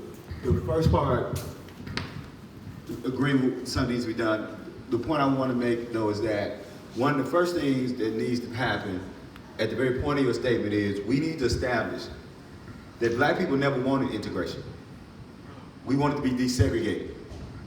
And the problem is that half of the people don't even know the difference between the word integration and desegregation. And if more people understood that there's a difference between integration and desegregation, and what black people wanted was to be desegregated, to be treated equal under the law. But what happened was the only way you could test desegregation was to engage in integrationist activities. So that notion about having to go over here to be educated, having to go over there to be educated, that was because they were testing. Now, just part of the history so we understand, what black people did as far as integration, what we done, and this is just, you just go look at all the text, and if you look at SNCC, and you look at SCLC, and the NWC video, all on the page of this. The part of going over to another school, what they really thought was going to happen was that if we go over to these white schools, they're going to say, no, okay, keep y'all over here, we'll fund your school. The problem is that the other people were so evil. And what I'm about to say, people don't understand, this is a reality, is that they took public funds and created private schools. So all of the private schools in Mississippi, founded after 1954, were not founded on the back and sweat of hard-earned working white people. It was public school teachers who, after they integrated the schools, went and taught in private schools and still got their public school check. It was public school buses that were public school buses on Monday, and then on Wednesday they were private school buses. So I think we understand, I think the point that we need to understand is that black people never thought integration was their saving grace. What they thought was we just want to be desegregated. What desegregated simply means I want to be treated equal under the law. Because if I'm treated equal under the law, then my businesses don't get burned down and I don't get anything for it. If I'm treated equal under the law, then I'm not lynched and no justice happens, right? That's what and if we can understand then we can start teaching those principles of self-determination. But until we teach that there's a difference between desegregation and integration, and what black people want to be desegregated so that we can then support our own institutions. Not from a standpoint of isolationism, let's be real clear, not from a standpoint of isolationism, but just from a standpoint of, if I can't feed myself, I can't feed you. And if I can't feed myself, I'm a weak link in the chain. So it's not about we want to be standoffish because we don't like any group of people. We want to be able to, what does it say? Feed a person today. Now give a man a fish, you feed him today, teach him how to fish. We knew how to fish. It's just that we didn't have any justice to keep people from taking the poles and the fish out of our hands.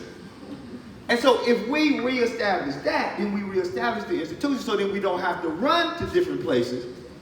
And we keep our money, we keep our resources, and we then build those things that allow us to be self-determined, sovereign beings.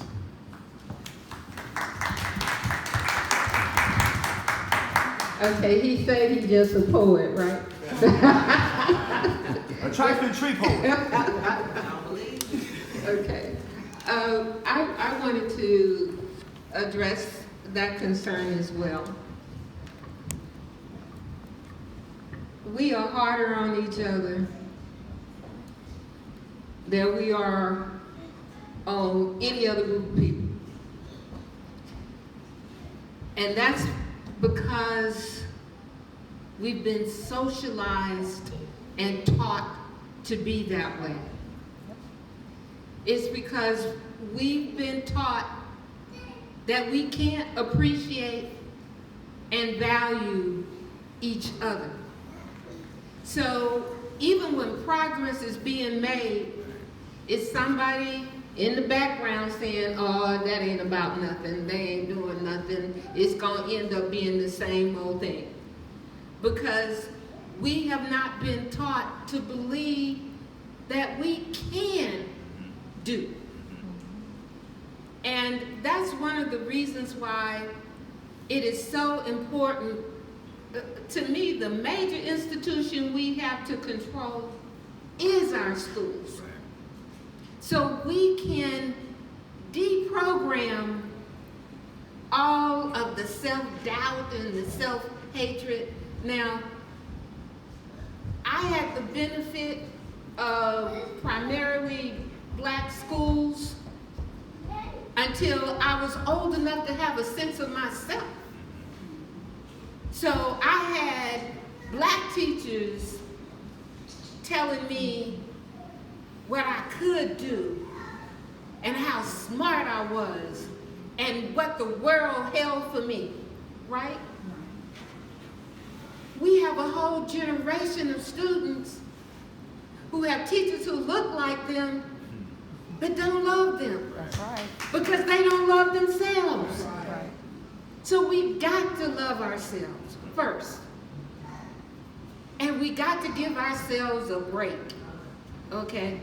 Now, I'm not saying overlook stuff, because people get mad at me, because I say, if we're going to do the King's English, we're going to do it right.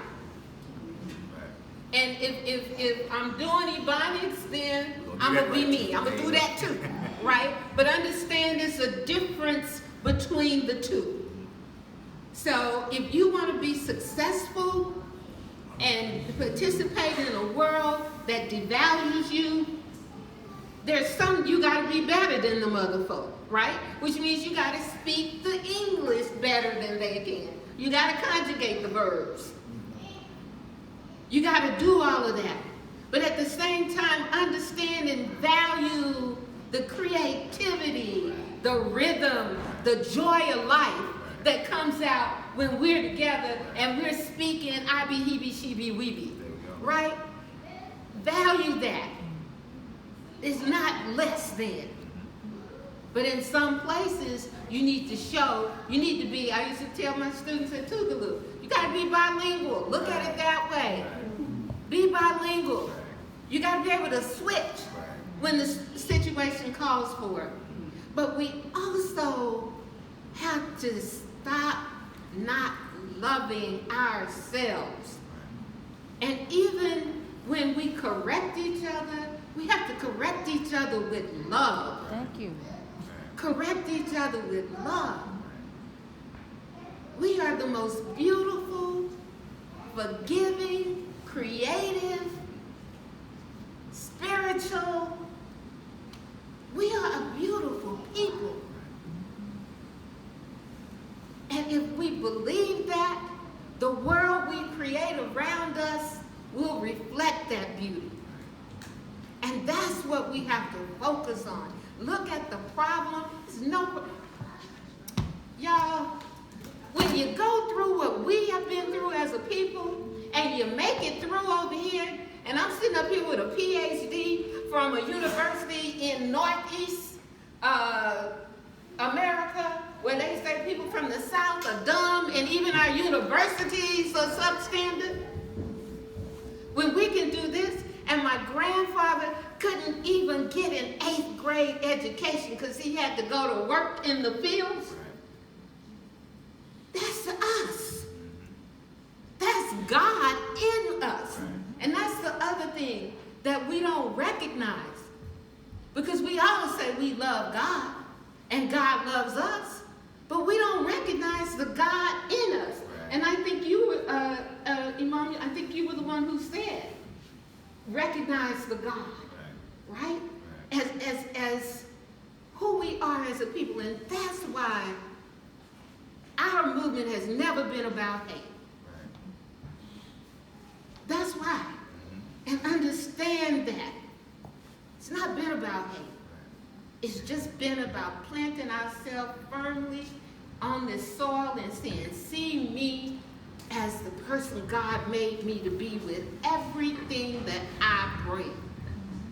And it ain't gonna always be right. I know that working for the city of Jackson. But we have to do the best that we can to get it right. And we need y'all's support. Assalamu alaikum. Dr. Safiya, you pretty much answered the question that I was going to ask. Where do we start, you know?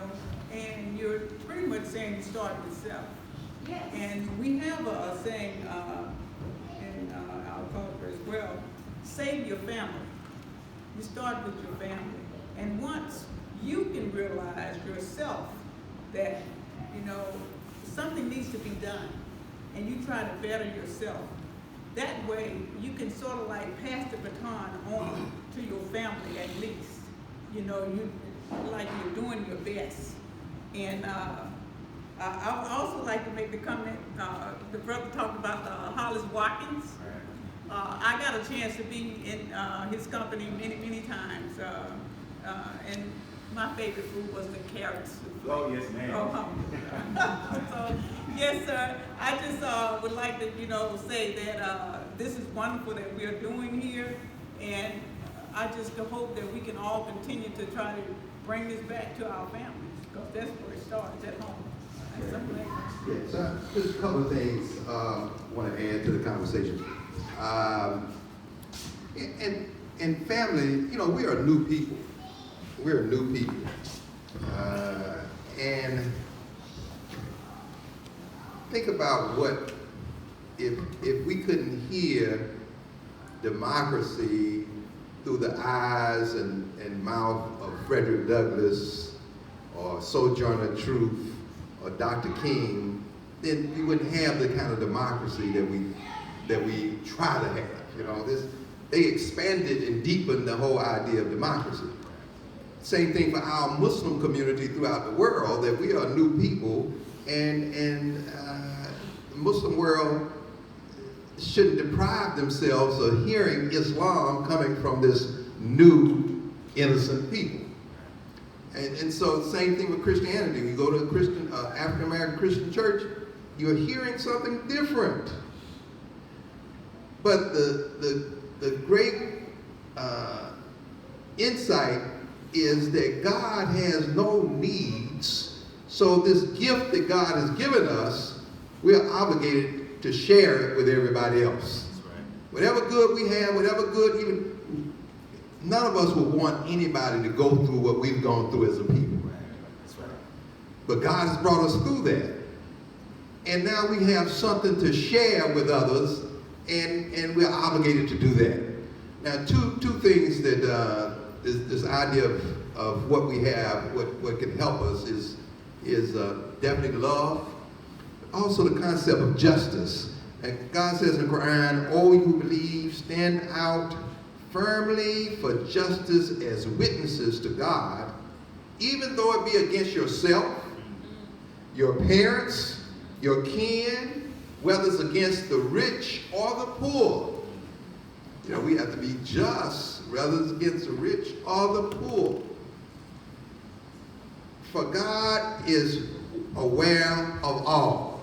And then another verse on justice says, "O you believe, stand out firmly as witnesses to justice, and let not the hatred of others to you make you swerve from justice." Be just. Justice is next to piety.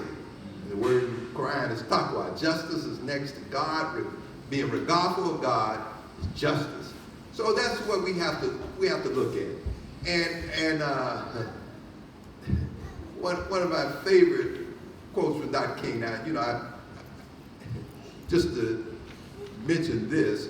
So I was born and raised in Atlanta. I had a girlfriend in high school whose backyard met up with Dr. King's backyard. And we had a grocery store that was no bigger than a 7-Eleven, but it was an African-American grocery store. It's on what is called now Martin Luther King Boulevard, but it wasn't called that then. But we had a grocery store no bigger than a 7-Eleven, and we would shop every Saturday, and almost every Saturday I would see Dr. King in there. You know, so this was our neighborhood. This is how we came up. And so you talk about buying black, like you said, we weren't trying to integrate, we just didn't want to be desegregated. We wanted to desegregate things, but we weren't that interested in integration, but we wanted our rights and our privileges and so we were always buying black because we couldn't buy white. We could be in the white restaurants cooking, but we couldn't even go in. But Dr. King said, and I want to make sure I get it right, because I got it right here. Yeah, this is my favorite quote. Before I say it, when I think of Dr. King, I don't think of 1963. I'm thinking of 1967. I'm thinking of him being against Vietnam. I'm thinking of him seeing this as a world movement. I'm thinking of him as embracing the issues of the garbage men in Memphis and those kind of things. And you know, Malcolm would always say the dream was a nightmare to some of us, right? So, but this, for me, captures it for what we should be about as religious workers, workers in education, workers in the community. Dr. King said, on one hand, I must work to change the souls of individuals so that society will change. So we have to work to change the souls of individuals so societies will change. But on the other hand, I must work to change societies so that individuals will have a chance. Because if the society is corrupt, some of us just don't have a chance. We're not going to make it. We're not going to make it. But as you said, life happens, and so that's what I always tell my students. My students are high school students, your students are college students. But life happens, and it's not virtual when it happens, it's real. And how you deal with it is going to be tied into what's really inside of you, and how that got there, hopefully, is through examples of your teachers, your parents, the folks, the community, and everything, because you can't get these life directing principles that can make a difference in society by just hanging out with each other. We got to be committed to some principles that when a young person has a child and the light bulb starts to come on, now you're responsible for raising this young person up. I was young, I'm 18, I'm 19, now I'm a mother, now I'm a father. What am I going to do? That ain't virtual, that's real. One more statement, and we're going to close up. Assalamu alaikum. This is more so of an honor. I just want to say that I'm very honored to have had the privilege to have had elders to actually raise me up, help my family raise me up. You know, they allowed me to go to the store. I had such honor in that. And so often I think about them, I think a lot for them because they taught me a lot. But I also want to say that I grew up with my children. I started having my family at a very young age, so I grew up with them. We did a lot of things together. Skating, I played in the water. I didn't swim, but they could swim. And we just did a lot of things together as family. So even today, you know, music that they like, they hear me listening to it and moving to it, they're like, Mom, what you doing, Mom? I said, I'm doing me, because I knew this before you got here. So we can't close without a poem, okay? And here's the problem, I don't have any mind memorized. I don't have any poem memorized. I don't. And so just for a point of order, about people ask me about that, and there's a whole other thing. So people always ask me, well, do you make a distinction between being a poet and a spoken word artist? And I'm a writer. I never define myself as a spoken word artist because I've actually published both poetry and short stories and essays. So that's why I define myself as a writer. But a lot of people, and I want to bring that up because a lot of people from other communities do that to disparage black people who call themselves spoken word artists. Because they put down the oral as something lesser than the written, and it's not, because oral poetry existed before the written. So what I always tell people, if you want to know the true difference between spoken word and written word, it doesn't have anything to do with intellect, because here's the definition. All spoken word artists are writers. It's just that not all writers are spoken word artists. And that's something we have to teach so that people don't go into our high schools and middle schools and devalue our children who love the oral word.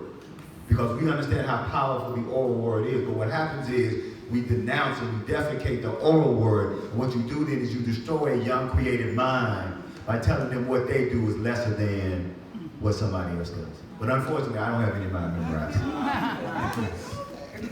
So, well, I really appreciate that, because at one point in time, I was a spoken word artist. You know, part of that period of what led me to Islam, was I was in this hip hop group and was just really off into it. And we used to have little posters of children soldiers in Africa and all types of stuff. I do have one little one. There you go. There we go. That's what we need. There we go. One that we keep. God glorified right there. And we'll see if we can make it. And then we'll close it up. Oh man, I didn't expect this, but we're going to do it for you, man. Please. Okay. The continued freedom of our people rests within the minds of those that follow our every footsteps. As time flies by, every moment is either seized or wasted, battling issues that only plague the races as the struggle began within the bowels of slave ships. We're faced with the threat of repeated histories of nations being enslaved by the ignorance of what it takes for greatness. A battle with the cats with their pants below the waist. Swag is not the concern that success is faced with. We pace with these thoughts on a regular basis while teaching my sons what it takes for greatness. Unapologetic in the face of race is not to approach time with a mind that's wasted. The point of the case is, we're killing ourselves, we're making billing ourselves, we're blaming everyone else by the issues we're faced with. But knowledge itself is what it takes to change this, and to remove the cops that target brown and black faces. Shots fired in Ferguson, so we pray for the nations. Violence is not the key unless you attack where you feel safest. Home, revolution, till our children turn the pages. A time in a book, put your boots on, strap the laces. It's a long walk to freedom, a journey to Supreme Court cases. Free Assata, Mumia, and El-Amin, and suburbs, what we're faced with. We're back to the youth, whether urban or rural spaces. It's an issue of life and death, it's not a game like the PlayStations. Remove the shackles of the mind like the French by the Haitians. Continued freedom is the ultimate goal, so come taste this. So I stand here and reading books is what I base this. Words, rhythm, and passion, why I say this to everyone here and there in other places. Change was never meant for one man, so let's make it.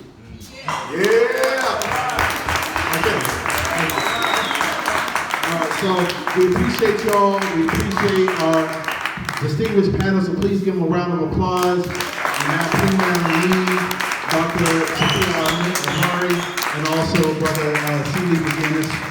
And I'm going to yield it to Okola Rashid. Just a few closing things that I would like to ask you to do. Again, thank you everyone. It was wonderful. The presenters, our guest speakers were excellent. I hope that everyone has the evaluation form. It's just a one-page, and one little thing on the back. Everyone has this? Yes. Okay, well, let me pass these out if you don't. And I got pens. We have to do this in order to keep our funding coming. So raise your hand if you need a survey and pens. Raise your hand if you need a survey and pens so we can get that to you. Okay, and I just want to acknowledge our sponsors, Kellogg Foundation, Humanities Council, Mississippi Humanities Council, Pillow Sponsors, Pillows Foundation is one of our funders, and the Mississippi Arts Commission. Thank you.